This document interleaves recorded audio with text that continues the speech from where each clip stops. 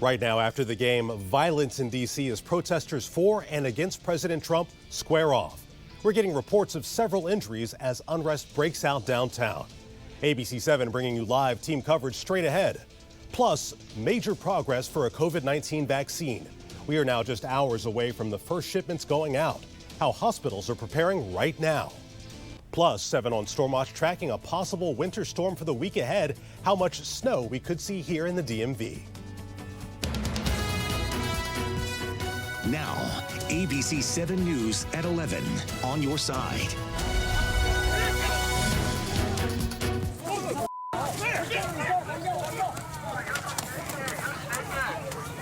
And there you see it right there. Fights and at least 23 people arrested in downtown D.C.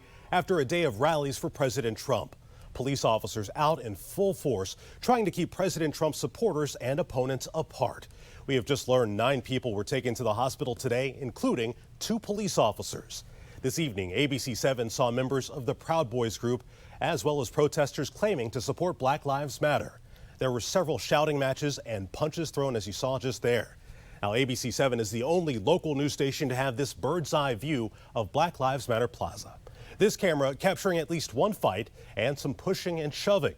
As the crowds faced off tonight, through the night, people made their way down toward the White House. All of this coming just 2 days before the Electoral College votes to finalize election results for President-elect Biden. And we have a live look now from that camera at Black Lives Matter Plaza. Still a few people out there right now. Let's get straight over to ABC 7's Kevin Lewis leading off our team coverage. And Kevin, you just saw a pretty intense scuffle right behind you in the past few minutes. Certainly, Carl, and the rain that started falling at 10 o'clock this evening was not enough to send many of these counter-protesters home, so the clashes continue. One thing that I will point out that I have noticed are the number of Proud Boys on the streets of D.C. tonight, easily in the hundreds, and far more than what I saw when I covered the first round of election protests on November 14th, 1 month ago. Now, we want to show you video that we captured 30 minutes ago, and what you referenced, Carl, as Proud Boys pushed an anti-Trump protester off of his bicycle straight onto 16th Street in front of the Capitol Hilton Hotel. I talked with that cyclist. He described himself as a D.C. resident. He said he was uninjured but shaken up. D.C. police arresting, after that incident, at least one of those Proud Boys. This one of several pop-up fights we've witnessed throughout the evening on the streets of D.C. Proud Boys heavily visible among the pro-President Trump crowd.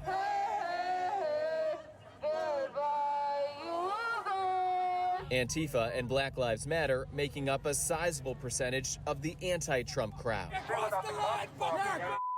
The Capitol Hilton on 16th Street Northwest quickly became ground zero.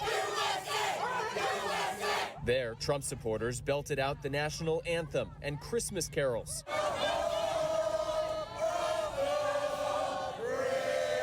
Counter-protesters shouted back, "Whose streets? Our streets." There have been multiple arrests throughout the evening. D.C. police assisted this female officer as she limped her way outside of the counter-protest zone. The officer appeared to have tears in her eyes. Around 8 p.m., Trump supporters surrounded this car at Thomas Circle, accusing the driver and front seat passenger of being liberals because they were wearing masks inside the vehicle. Did you get that hat on QVC? 2 hours earlier, this group harassed these Trump supporters, hurling insults and knocking hats off their heads. Outgoing D.C. Police Chief Peter Newsham made an appearance in the protest zone, taking questions on a night that has few answers. We want to show you video from a scene near 11th and F Streets Northwest. That is where 4 people were stabbed earlier this evening outside of Harry's Restaurant. D.C. Fire and EMS saying those are 4 of the 9 people they have transported this evening. And then you take a live look back to where we are right now. Another skirmish breaking out here in the street. Carl, I think it's going to be a very long night ahead. We'll be continuing to monitor the situation. Back to you. Kevin, thank you very much. Now, as the crowds gathered earlier today, President Trump flew over his supporters in Marine One. The president was on his way to the Army-Navy game in New York. Now, before things turned violent tonight, thousands of people showed up earlier in the day for a rally at Freedom Plaza. The crowds were there to support President Trump's unfounded claims that the election is being stolen. 7 on your side's Annalisa Gale captured the sights and sounds at today's event. I'm not an activist. I'm not an activist. I'm just a guy, I'm just a farmer. And what happened is wrong.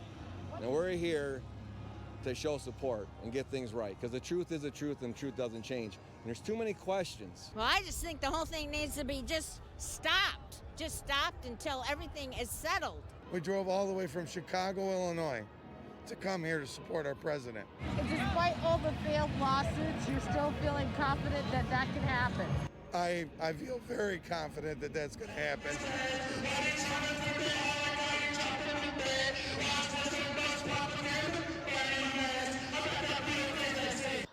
And we saw people traveling from as far as Michigan, some in buses, some who decided to roam throughout the city, even into the late hours following the rally.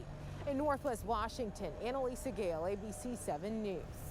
And here's another live look at Black Lives Matter Plaza right now. 7 on your side will continue to monitor the situation out there, and anything else that pops up, you can stay up to date on the free ABC 7 News app. Also in the app, we have posted a full photo gallery from today's rallies and tonight's clashes. That is up right now on the front page of WJLA.com. Now, as we mentioned, we are just 2 days out from the Electoral College vote, and President-elect Joe Biden continues his transition. This afternoon, Biden gave a thumbs up after leaving a hospital in Philadelphia. He was there for a follow-up scan of the hairline fracture in his foot that he suffered 2 weeks ago. His doctor says he is on the mend. All right, now we are turning to the weather right now. A nice day across the area, but 7 is on storm watch, tracking our next weather maker, and it's one that could bring snow by midweek. Let's check in right now with meteorologist Steve Rudin. And it could bring us a little bit of wet weather around the metro area, and we are looking at those showers that are now lifting out off toward the north and east. Didn't last very long at all, only about an hour and a half, and now they're long gone. Temperature-wise, we're well into the 50s. Here we are past 11 o'clock. Our average high for this time of year is at 48 degrees. Tomorrow morning, a mild start to your day, grabbing a cup of coffee. Temperatures will eventually make it to around 60 degrees, but we are tracking not one but 2 storm systems. The first one on Monday, likely to bring widespread rain, even some snow off toward western Maryland, and a better chance for snow for the metro area, at least on the onset, come Wednesday. I'll time it all out for you, talking about how much we could see across the metro area coming up in just a few minutes. Steve, thank you very much.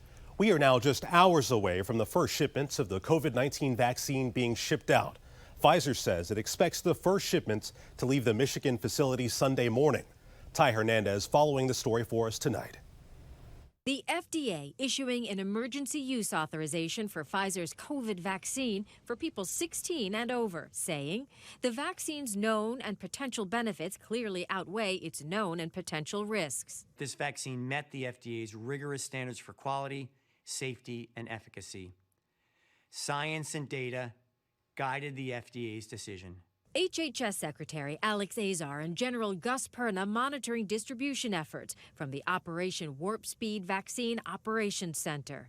My guidance was to ensure this precious commodity is received by the trained professionals at each state. I expect the first shipments to arrive Monday morning. Hospitals say they've been preparing for this day. We've actually been practicing because there's some special handling requirements for this vaccine. So we have everything scheduled in detail and we're ready to go. Healthcare workers will be among the first to receive the vaccine. I'm excited. The team is excited. We're ready. We're signed up. We have our scheduled day. Let's do this. Pfizer's clinical trials have shown the vaccine to be 95% effective with no severe side effects.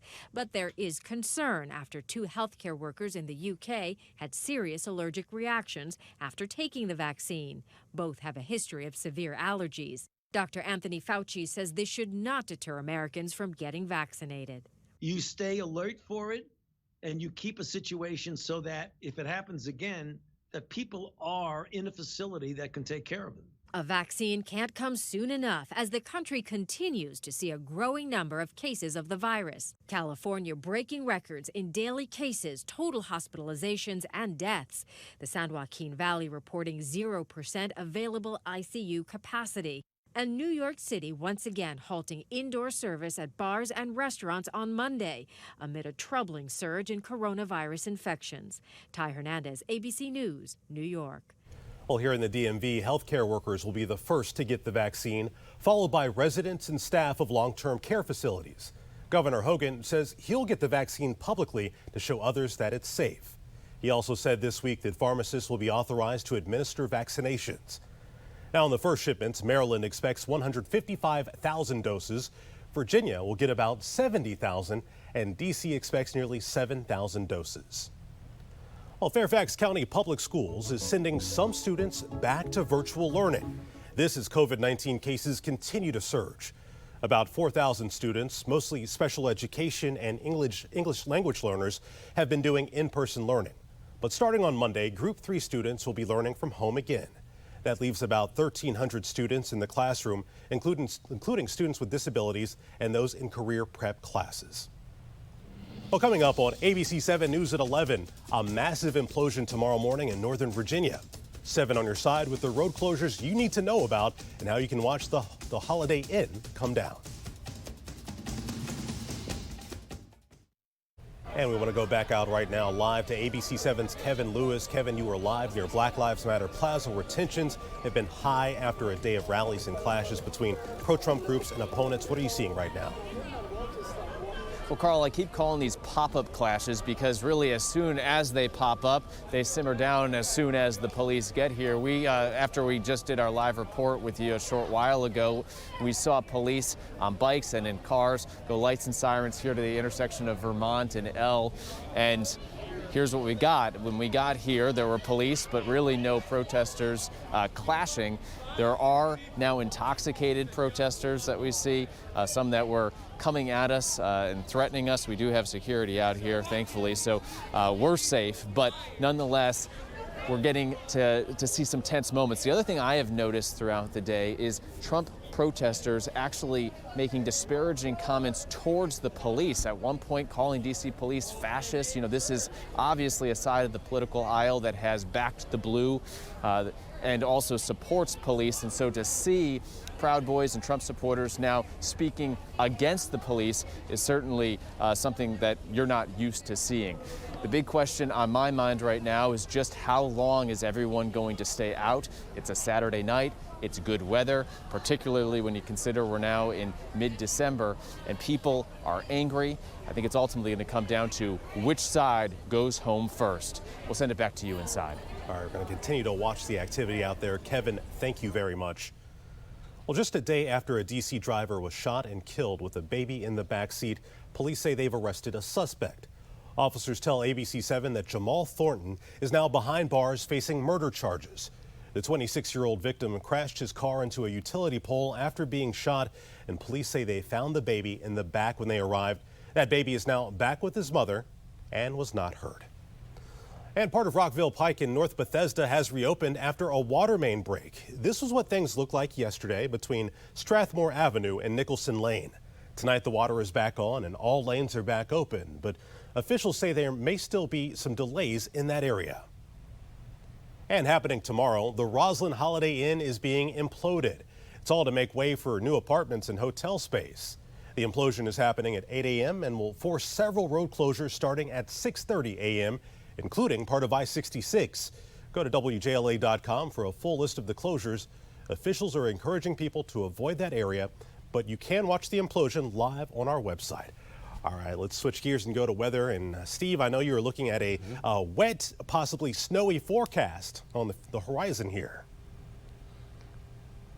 And we're going to have it all on Monday and then again on Wednesday. So if you don't like the mild temperatures like we had today, where we had 63 degrees at Reagan National, it's going to start to feel a lot more like December as we head into the next upcoming week. Temperature-wise, 54 in Leesburg, downtown D.C., still in the middle 50s, even though we had a few showers that rolled on through during the 9 o'clock hour, the 10 o'clock hour. They surprised me. I thought they were going to be just very widely scattered, but now they're pretty much broken up, moving on off toward the north and east, so any more additional rain chances are very slim moving through the remainder of the overnight. Here are our temperatures for tonight, 46 to 54 degrees. There are the isolated showers, and those will draw to a close north and east of town over the next half hour or so. Tomorrow, hour by hour, a good-looking day. Even though we have a cold front that moved on through, still able to warm things up into the lower 60s with added cloud cover later in the afternoon. But once again, for tomorrow, we do stay dry with our sunset time now getting a little bit later. Let's focus on Monday. Storm number 1, rain for most of the metro area. Could be looking upwards of a half inch to an inch of rain. Starts light at around 5 a.m. Monday morning. Will pick up in intensity as we move through the mid-morning hours. Then we're going to see all this lift on off toward the north and east. Could be looking at a little bit of a wintry mix across western Maryland. For Tuesday, that's going to be the day that the cold air builds in from the north and west. That's going to allow our temperatures to cool down only to the middle 40s for daytime highs on Tuesday, but it will be cold enough for a system that's going to move on off from the south and west, likely to bring parts of the area moderate snow, especially along the I-81 corridor for the day on Wednesday, where we could be measuring in several inches. For the D.C. metro area, we're just on that border, just a little bit of shift toward the west or to the east could make a huge difference whether we see rain, a mix of rain and snow, or all snow. We're going to refine our forecast over the coming days, but worth watching because we're likely to see weather alerts for the day on Wednesday in terms of winter weather advisories and winter storm warnings for at least part of the DMV.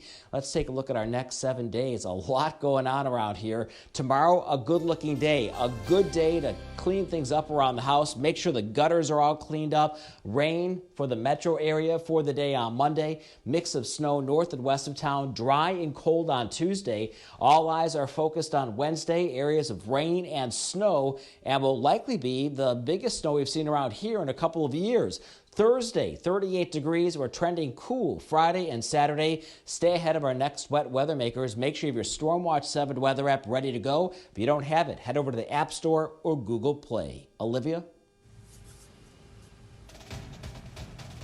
All right, Steve, thank you. The Washington football team getting ready for their matchup against the Niners tomorrow in Glendale, Arizona.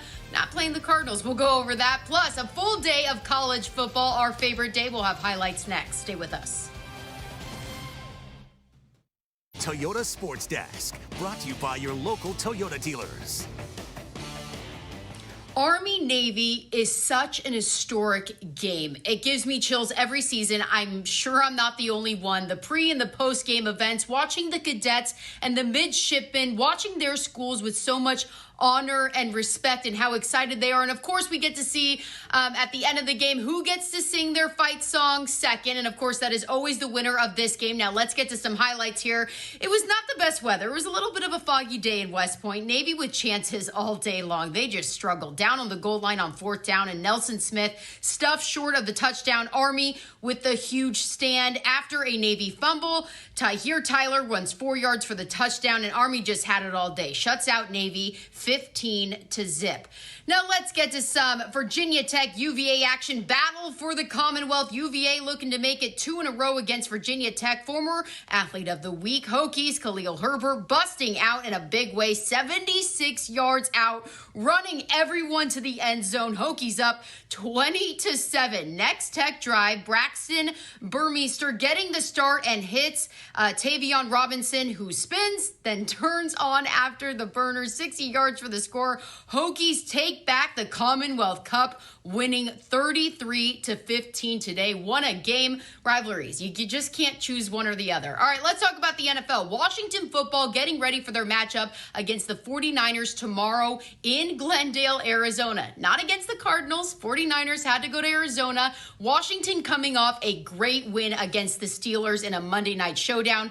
Washington has just been dominant. Alex Smith has really just turned this team around and has made it a true fight in a very odd NFC East battle. That's the best and nicest way to put it. Also odd, this will be the second time the Burgundy and Gold will play in Arizona, but like I said, this time, not against the Cardinals. Playing a completely different team. We're going in only this time because of scheduling and everything. We're only going in for a day. You know, we're coming in on Saturday, we're playing the game Sunday, and we're getting out. And we're staying at a different hotel. So the approach is a little bit different, and we'll see what happens. But again, like I said, you know, to me, is it interesting? Yes. Is it important? No. So let's don't make it, you know, bigger than it is. It's interesting. 2020, Coach. All right, and the NBA is back. The Wizards will start their preseason tomorrow in Brooklyn against the Nets, but we will not be seeing superstar Russell Westbrook and fan favorite Bradley Beal on the court just yet. We'll see them enough. We'll be right back. 7 on your side continues our coverage of a now busy and violent night in downtown D.C. Our cameras capturing several fights, including that one. There have been more than 23 arrests and at least 9 people taken to the hospital, including 2 officers. And we want to go back out live now to ABC 7's Kevin Lewis. And Kevin, you were live near Black Lives Matter Plaza. Just a really busy and violent night tonight. Certainly, Carl, a little recap of the clashes we've seen. We watched Proud Boys push a cyclist to the ground in front of the Capitol Hilton Hotel. That cyclist part of anti-Trump protesting group. He told me he's a D.C. resident. He was uninjured but certainly shaken up. D.C. police arresting at least one of those Proud Boys. Also want to show you a scene near Harry's Restaurant, a quadruple stabbing that happened earlier this evening because of the political clashes. 4 people taken to the hospital with critical injuries. Again, that's stemming from the political clashes that we've seen on the streets of D.C. tonight. ABC 7 News at 11, back after the break with the final check of weather. All right, we have a nice day tomorrow. Temperatures above average in the lower 60s. We're watching Monday closely, mainly a cold rain event for the D.C. metro area. Cooler on Tuesday, only around 40. Watching for the potential for measurable snow, especially west of D.C. on Wednesday. Worth watching very closely. Alex Liggett's going to have more on this tomorrow morning on Good Morning Washington. Cooler for the end of next week. Carl? All right, snow lovers, there you have it. And thank you so much for joining us. Have a good night.